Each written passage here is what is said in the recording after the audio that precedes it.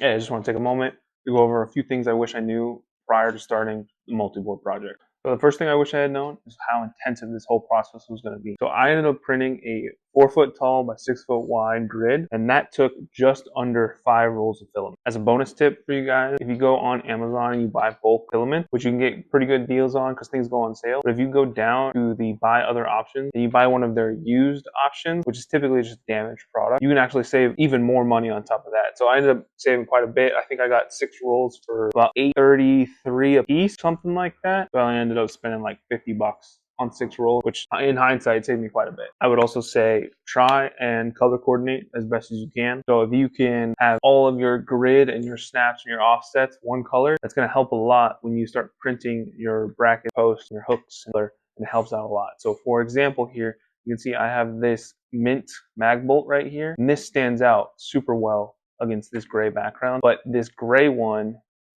right here doesn't stand out that well. So it makes it easier to know when things are gone and where they're supposed to be. The other thing that I wish I had known before I had started, which I'm glad I ended up actually doing right when I started, was printing a temperature tower, a ironing test, and a benchy. The temperature tower is really good, gives you an idea as to what temperature you need to print, especially if we're going to print stacked tiles, which we'll get into in a little bit. And the ironing test also helps with stacked tiles, making sure you get a nice clean surface between each tile. And then the benchy is always good because then you have a physical sample of the filament.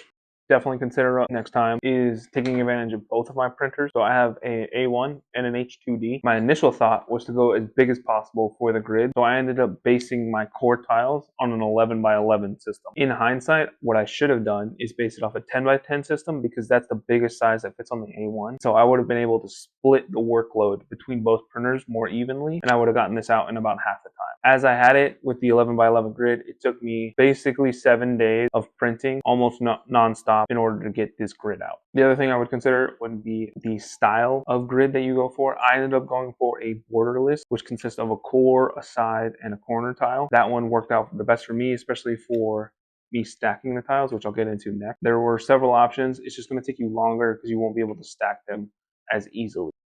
All right, the next one's the big one. Stacked tile. I highly recommend printing them in stacked tiles. That way you can kind of set it and forget it. Most of my stacked prints took about a day, give or take. However, those come with some caveats. So there's a couple options for stacked tile. You can buy a membership on Things or Multliboard. That will give you access to the stacked tile. Those are pretty restrictive and they did not work out for me. Even though I paid the $5, it just didn't work out. They only offer up to a 9 by 9 grid, only in stacks of 4. And I liked stacks of 5 because of the way that this grid is broken down. The primary reason I wanted to stack tiles was so that I could set this H2D up and just let it print. I was able to find a GitHub for a parametric program in OpenSCAD. Never really used it before. It was a little slow and a little janky, but it got the job done. It took quite a bit of time to render things and took a minute to get used to, but it really wasn't that difficult. The benefit of using the GitHub for creating your stacked tiles is you're able to make rectangles. So you're also able to make any size you want. But they will all be this borderless style, which means that there's not like a nice flat line on the corners here.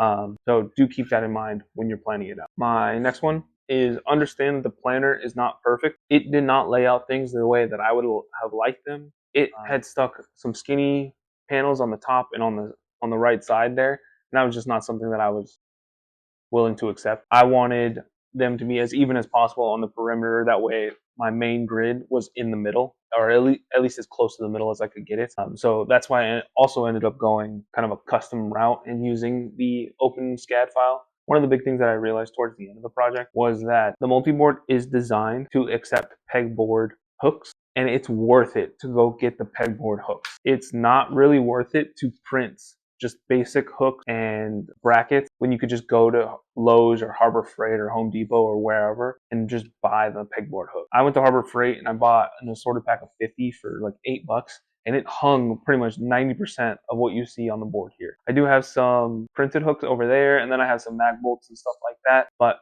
for the most part, just going and getting the pegboard hooks were way more efficient than printing all the hooks. With that being said, I do plan on printing some custom brackets. However, those are going to be for like specific applications. For example, my 10-watt laser and my cutting unit or my H2D, I do plan on making specific brackets that mount into the multi-board, and so those just slide on and I don't have to worry about them getting knocked off or damaged or dropped or anything like that. But those are hyper specific scenarios.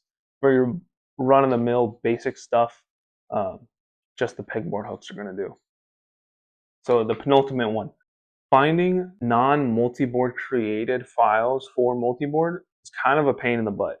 If you go onto things and you type in multiboard, you're going to see everything. So if you don't know exactly what you're looking for, it's going to take you forever to find something that could work for you. So for like a lot of these mounting options, I was pretty open to what could be offered. You know, like I'm not dead set on hooks, I'm not dead set on brackets, I'm not dead set on shelves. I'm kind of out there to see what's available. And that is kind of to my detriment. There are some really cool things that I wish would be easy to find. Like for example, this mag bolt, it is just a threaded bolt that screws into the multiboard and you put some magnets in the holes here. And then it's just basically like a mag strip, but it's a singular one that you can put anywhere on there. So I think that's awesome. That's really cool.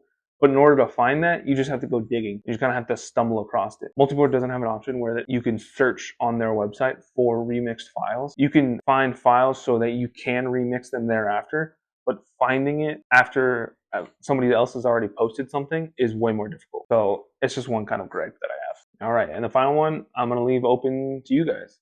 So comment down below. Let me know what else you think I missed. What are the things that you found out that you wish you had known in the beginning? Anyways, thanks for watching.